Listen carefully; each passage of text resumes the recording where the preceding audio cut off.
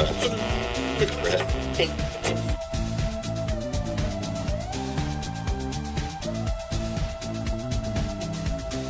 It's Illinois in Focus Daily. Good morning and Happy New Year. On this Friday, Greg Bishop here from a remote location as I prepare to cover the Illinois General Assembly for their lame duck session starting Saturday. So I'll be in Saturday and Sunday, and definitely stay posted to thecentersquare.com, get the newsletter, and you'll get updated as to what happens during lame duck session. That's going to be our focus today. A couple of segments looking at lame duck session. One, looking at the goals and aspirations of several legislators and what they hope to accomplish for the final days of the 103rd General Assembly. But we also got to delve into the questions of, is gun control going to be brought up? So stay tuned. It's all right here with Illinois in Focus Daily. Want to remind you, get this podcast anywhere you get podcasts. Just search Illinois in Focus. Also get that newsletter at thecentersquare.com. You can get the Illinois newsletter. You can also get the national headlines from our team out in Washington, D.C.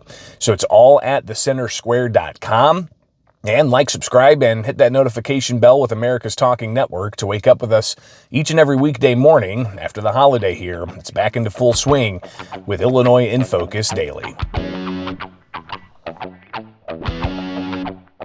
We have been hijacked by the Progressive Party in Springfield to talk about really progressive things like 2025. I'm a male. I can now get a pap smear covered under insurance. Like, that doesn't even make sense. Why are those the issues occupying our bandwidth in Springfield instead of how do we figure out the tax burden? How do we, instead of raising the budget year after year, what if we actually dialed it back and give the money back to the people where it came from to begin with? That was Republican State Representative Jed Davis talking about what he sees as missed priorities among majority Democrats at the Illinois State House as we get ready to go into lame duck session. It is Illinois in Focus Daily. I'm Greg Bishop, and lame duck session is really the tail end of the 2-year cycle for the General Assembly. Right now we're in the 103rd General Assembly, where they actually filed 10,000 bills in both the House and the Senate combined. They passed nearly 500 of them. Just this past January 1st, a few days ago, nearly 300 of them went into effect. But that General Assembly coming to a close Wednesday when a new General Assembly is seated to start all over. So we'll see a flurry of bills being filed into the new 104th General Assembly. But before we even get there, there's still the potential that there could be more legislation passed in the few days they have for lame duck session.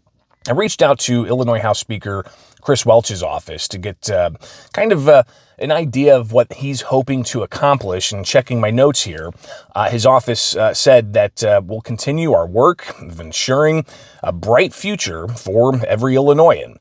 Welch's statement went on to say that the House remains focused on advancing priorities that make our state a great place to live, work, and raise a family. Again, that's the House Speaker, Emanuel Chris Welch.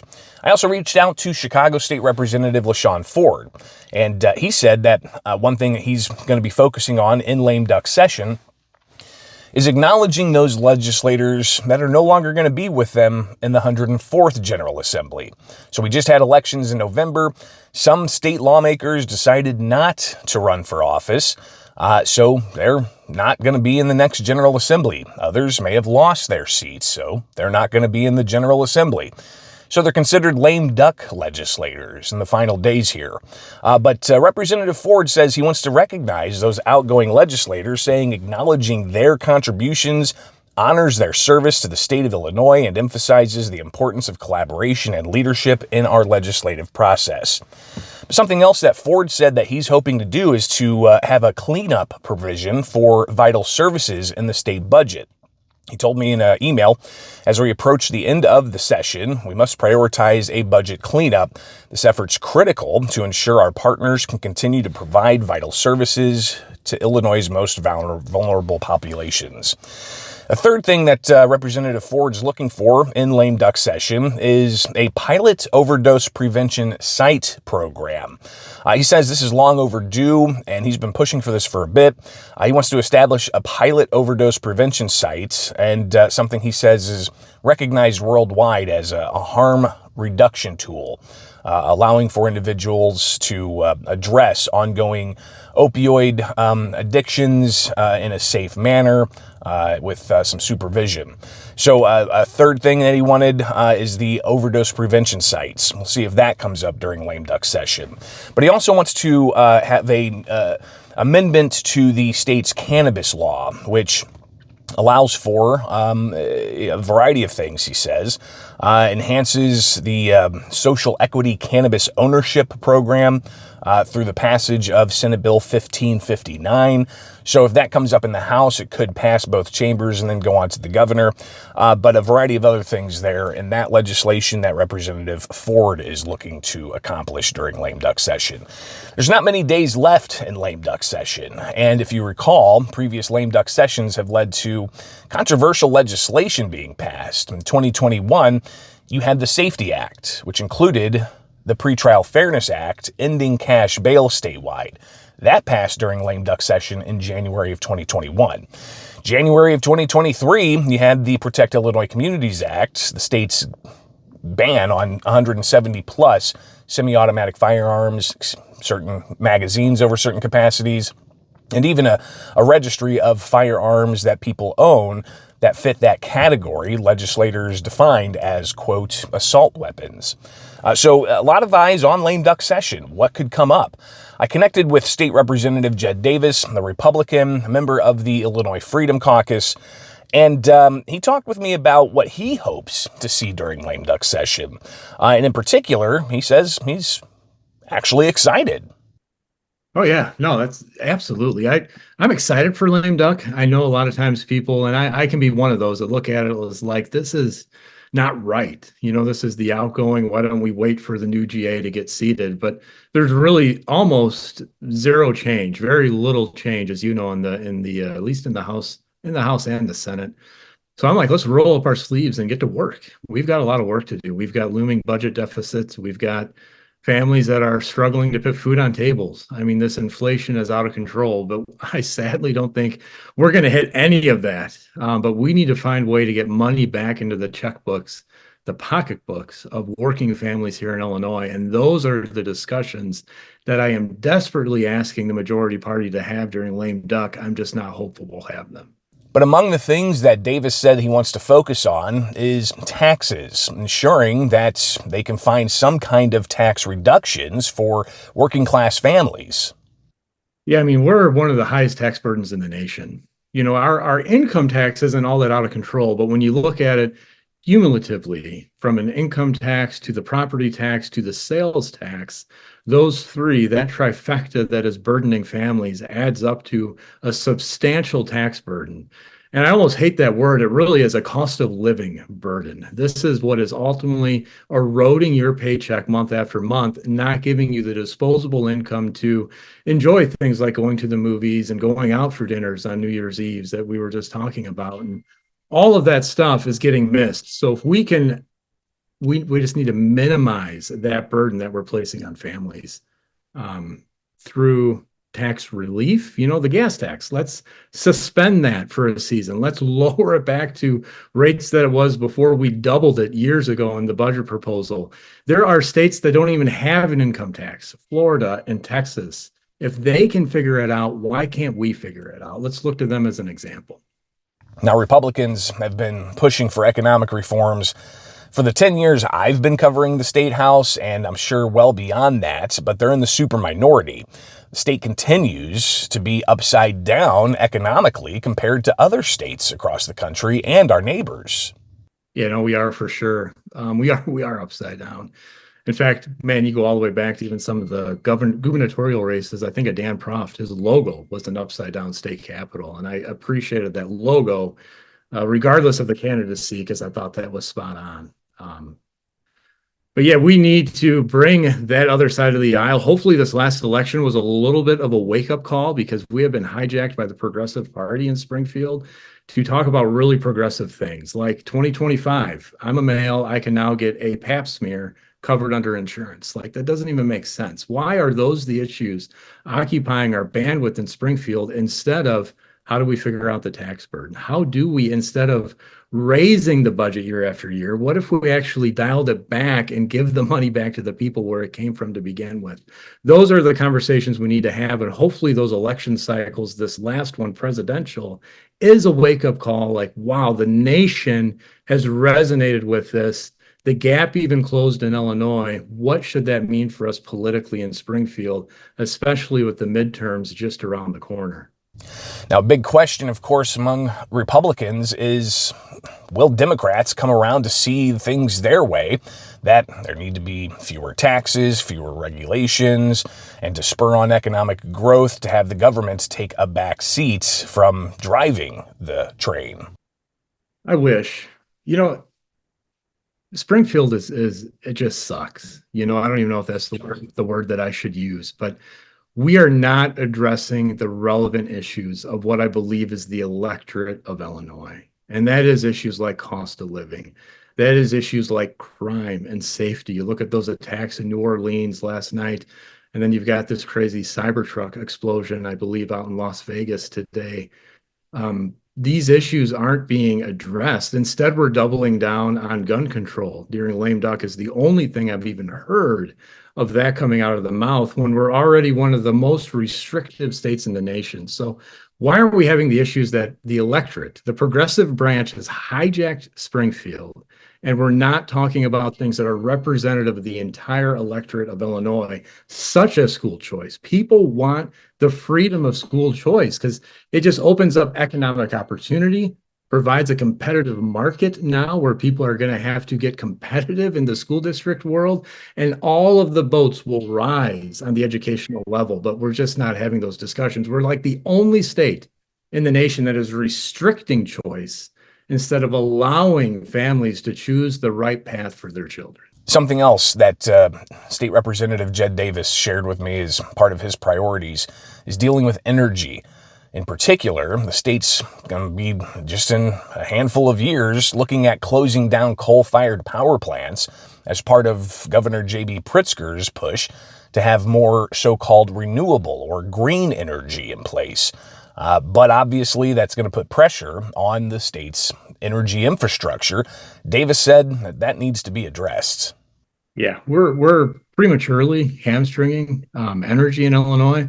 And then that burden is placed on people like you and me in our energy bills month after month, which quickly add up into, again, the cost of living. I was doing some quick math. This is a fascinating subject. So if we want to get rid of coal in Illinois and bring about just solar energy to replace that, you need 250 to 400,000 acres of solar fields under the current technology that is provided through the use of solar panels. 250 to 400,000 acres of farmland that equivalently feeds 2 to 3.5 million people annually. You're removing that food off the shelves. There is like, I don't know the number, but it's like 10 to 12 states that have a population under 2 million. So we're literally talking about feeding entire states in the nation by trying to get rid of coal and prematurely push green energy. Nobody's against green energy. I'm all for it.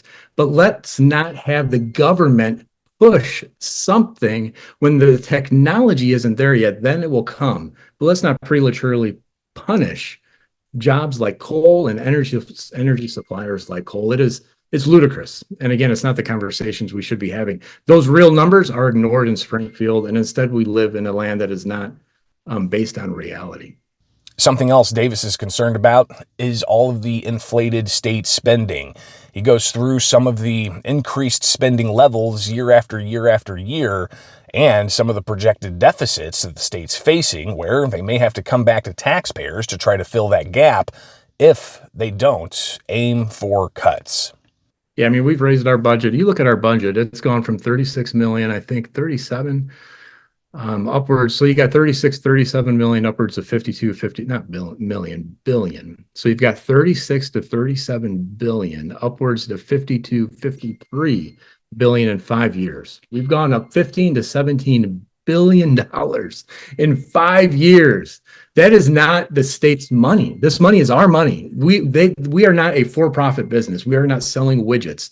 We are collecting income off of other people who are the ones making those widgets. So this is not our money. And we've raised our budget that much. And you're telling me we can't have property tax relief? We can't find ways to lower things like the gas tax? Like, we shouldn't, this money is not ours. We shouldn't just continually seek year after year to come up with program after program after program. Instead, let's scale that back and trust the people to do what is best, which will spur economic growth. Instead, we're trying to have the government be the driver when really we need the people of Illinois to be the driver. So it's going to be an interesting lame duck session. We'll be on the ground in Springfield despite the expected potential of a severe snowstorm blowing through this weekend. So snow, rain, or shine, the Center Square will be on the ground at the Capitol to make sure that you are updated on how legislators are passing legislation that could impact you and your family and your business. So again, get the newsletter at thecentersquare.com. This is Illinois in Focus Daily. Get the daily show each and every weekday morning with America's Talking Network. Like, subscribe, and hit that notification bell. And if you can't catch the daily show, you can get the podcasts. Just search Illinois in Focus Daily.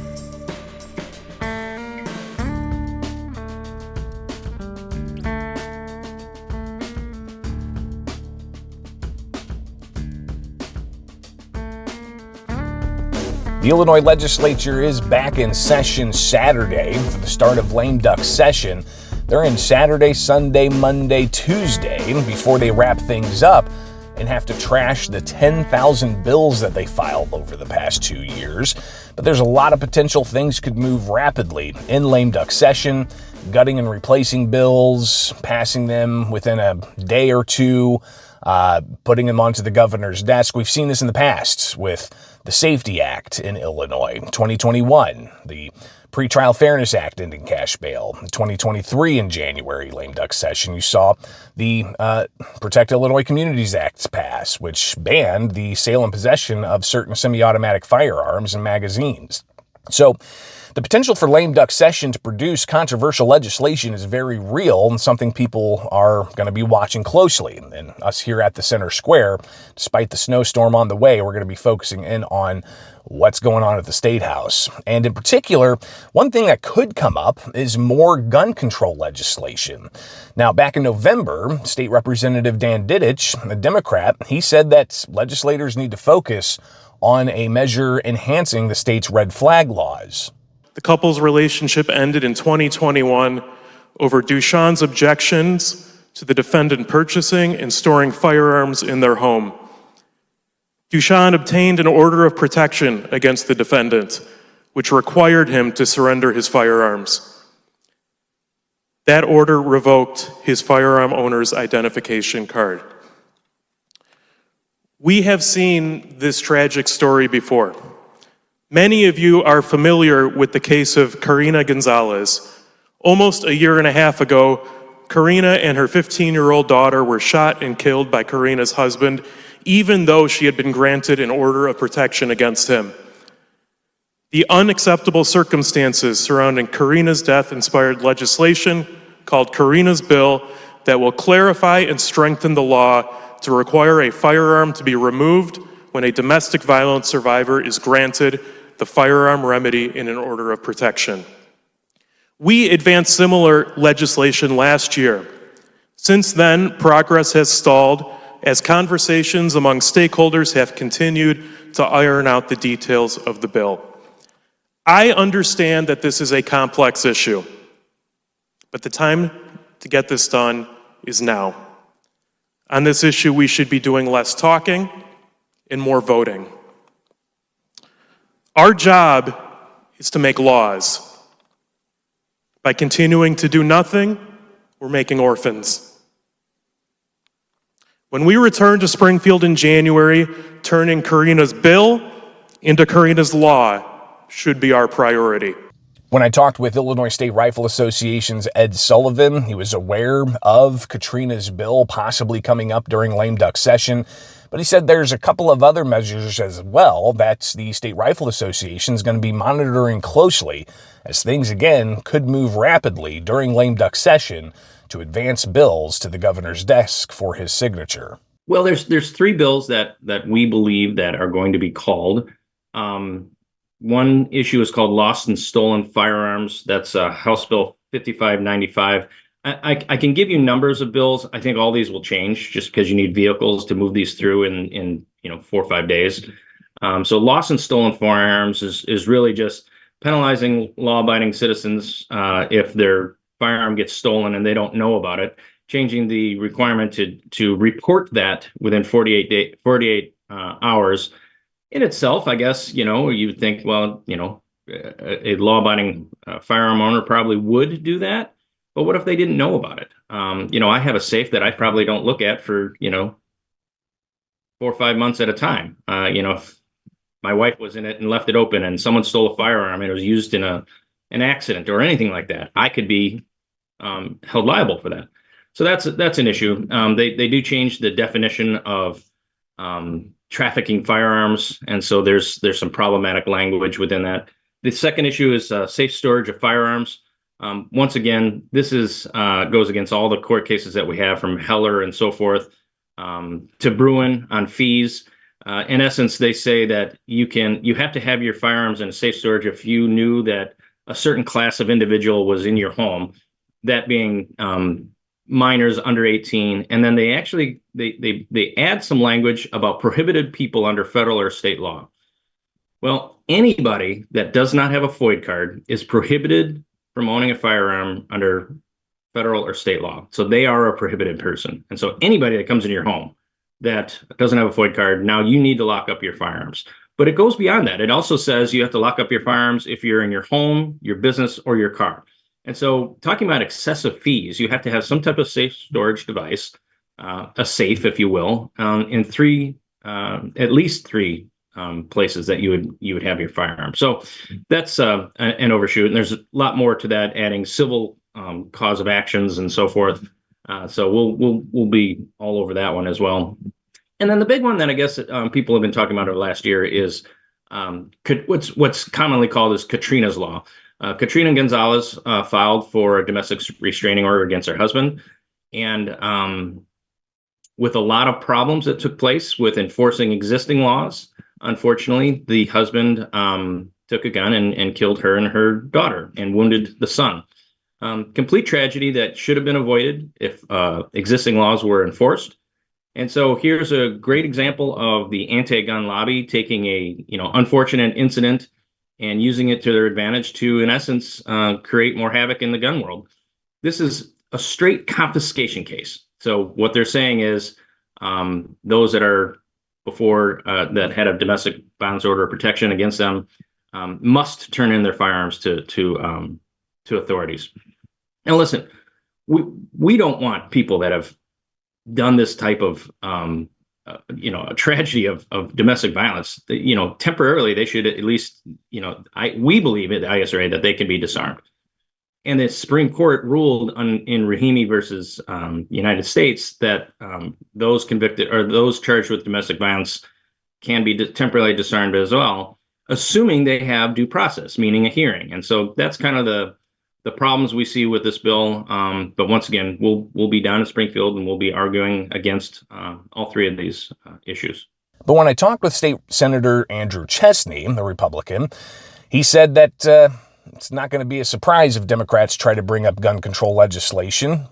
Yeah, the gun grab groups are probably going to look at doing something. I mean, we're so restricted in the state of Illinois, and I suspect they're going to continue to try to fight to make that worse. While they want to strip the constitutional rights of law-abiding citizens from our ability to lawfully possess firearms, they're going to continue to empower the criminal elements of the communities and not enforce federal law. And so, yeah, that's perhaps one thing they may discuss.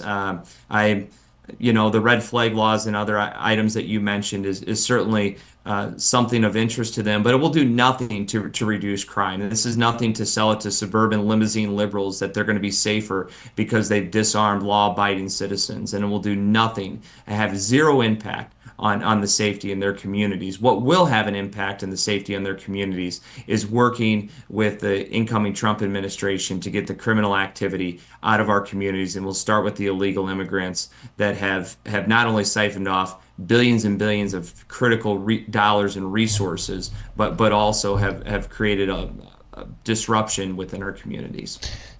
So again, it's going to be a fascinating lame duck session. If you're interested in what's going on with Illinois state government, be sure to get the newsletter with the Center Square. We will keep you updated there, and you can get the headlines in your inbox each and every weekday morning.